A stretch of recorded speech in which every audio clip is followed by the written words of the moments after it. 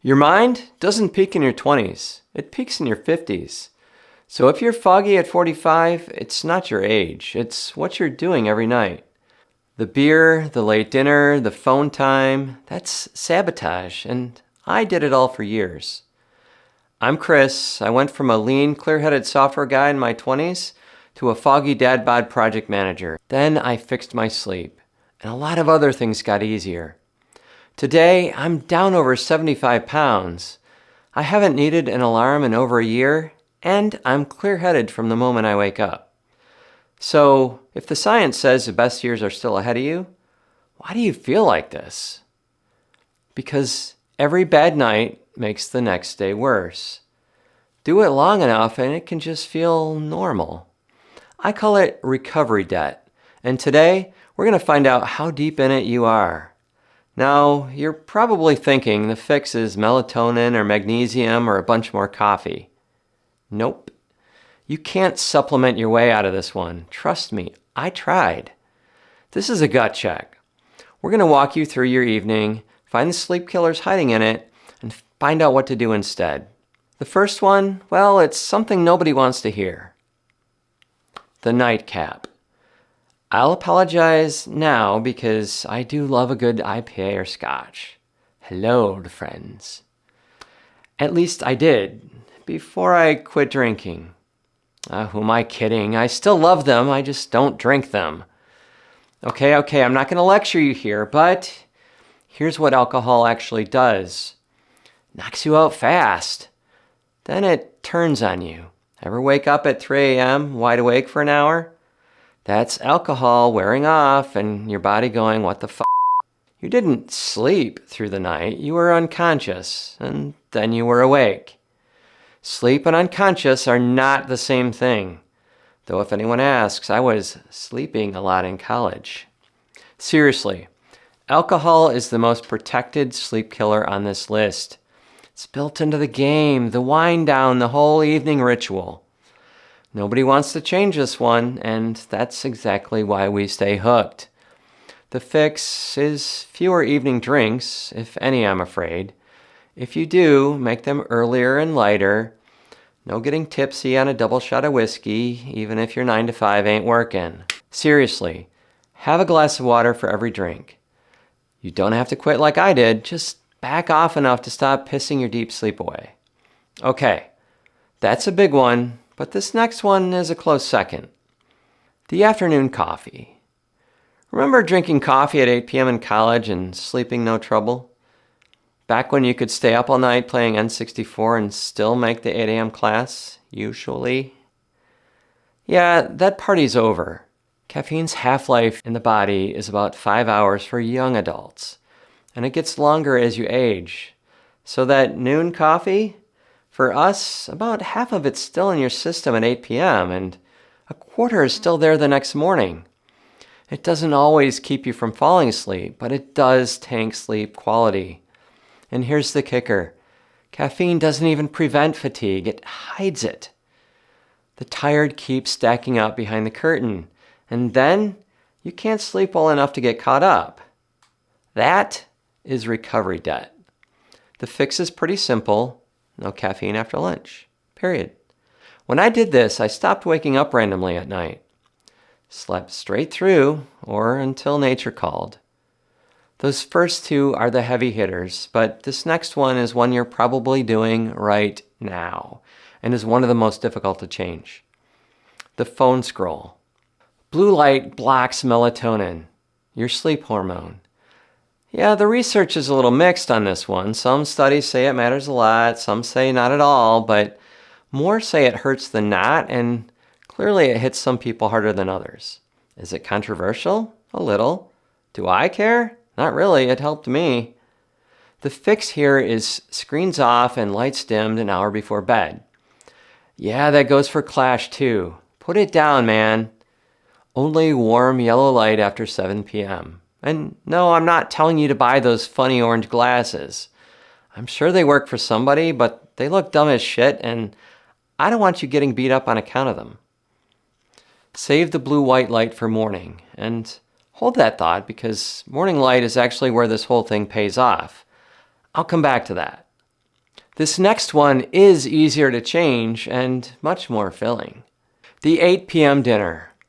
A late, heavy dinner means your body is spending the night digesting when it should be fixing shit. Finish eating at least 2 hours before bed. 3 is even better. The heavier the meal, the earlier it goes. Need something later? Keep it light. Popcorn works, but go easy on the butter. Same goes for water. Don't chug it right before bed unless you enjoy the 2 a.m. bathroom trip. Or the 4 a.m. one, or both if you're like me. And there's actually one more thing in this bucket. The late hard workout. Exercise does help sleep, but a hard session right before bed spikes adrenaline and raises your core temperature, and both of those wreck deep sleep. Give yourself at least a good 2 hours to cool down. When I fixed my sleep, I started waking up early enough to work out in the morning instead, which is better anyway. Number 5, the bed that does everything. If your bed is where you watch TV, answer email, and just check one thing, your brain has no idea what the bed is for. Seriously, it's the same kind of reaction like when you get hungry just walking into the kitchen. Keep bed for sleep. No laptop, no phone, and no background shows to fall asleep to. Yeah, my wife hates that one.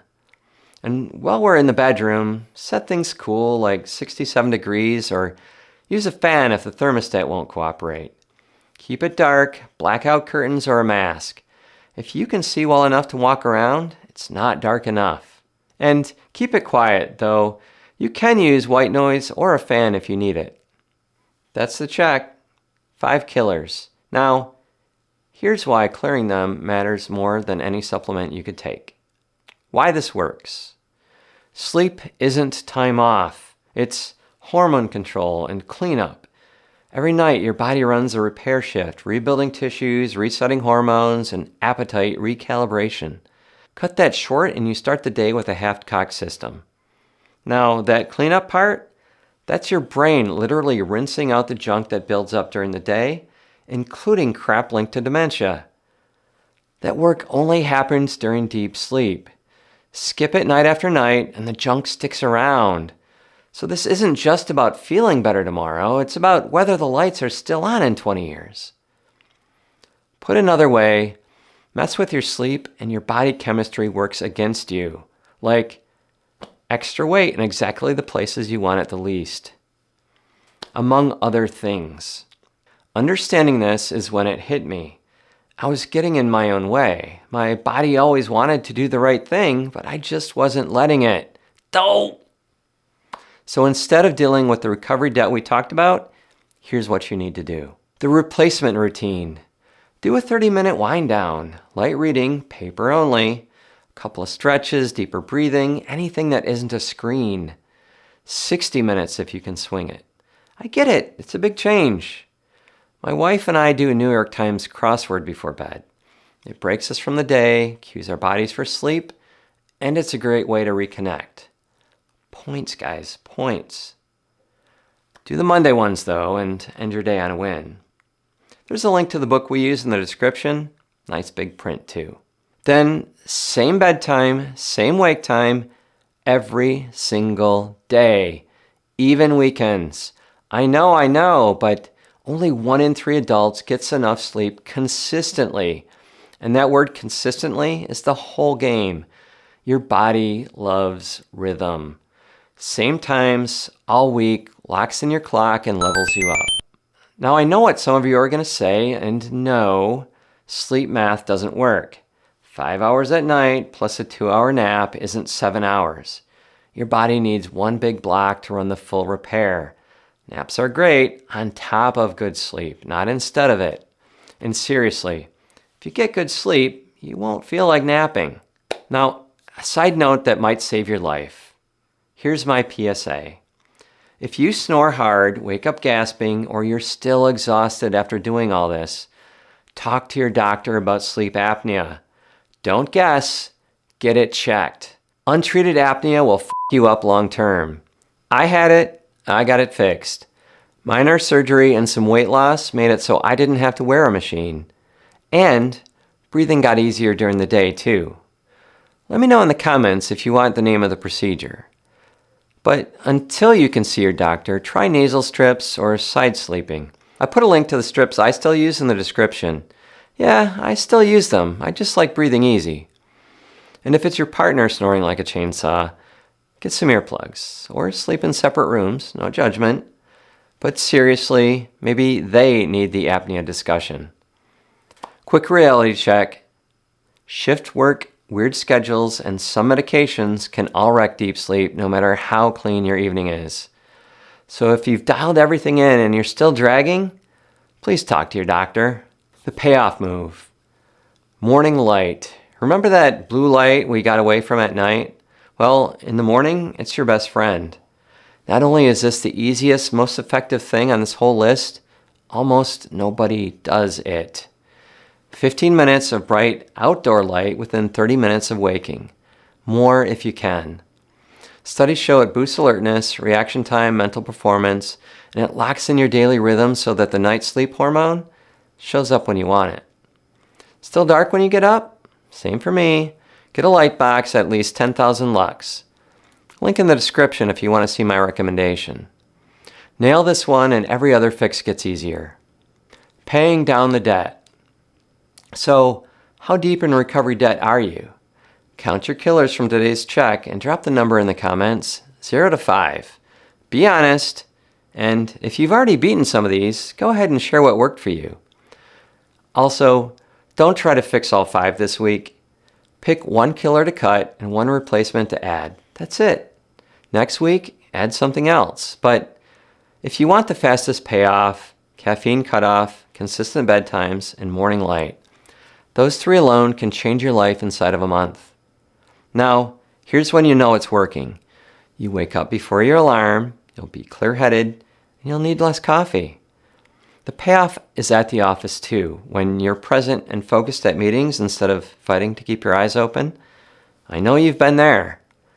Personally, I haven't used an alarm in like a year, and honestly, after all those years hitting the snooze button, it turns out the alarm was never the problem. I just had a debt to pay. Oh, and remember how my wife hated the no TV in bed rule? She sleeps through the night now too, though she still hasn't thanked me. I am told this is called marriage. Now go start paying down that debt. And if you want to bring down that balance even more, go watch this next video now too.